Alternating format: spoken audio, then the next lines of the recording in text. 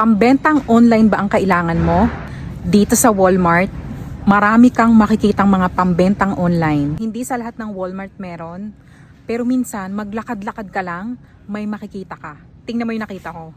Dito sa baby aisle nila, may nakita tayo dito. Ang presyo nito, dating $39, pero ngayon ay $4 na lang. Ito yung nilalagay sa stroller ng baby. I-check natin kung tama yung presyo nito. At ito ay $4 na lang. Confirm. Dito sa may baba, dati itong $18, pero dito sa tag nila, ito ay $2 na lang. Alam mo, yung mga ganito, pwede mo rin tong ibenta sa Pinas sa totoo lang. O kaya naman, ito yung pwede mong pangbalikbayan box sa Pinas. Tingnan mo naman kung gagaano kamura. Napakamura nito. Ang presyo nito ay $1.50 na lang. Etong isang nakita natin, ito ay backpack na maliit. Ang dating presyo nito ay $18, pero ngayon ay $2 na lang.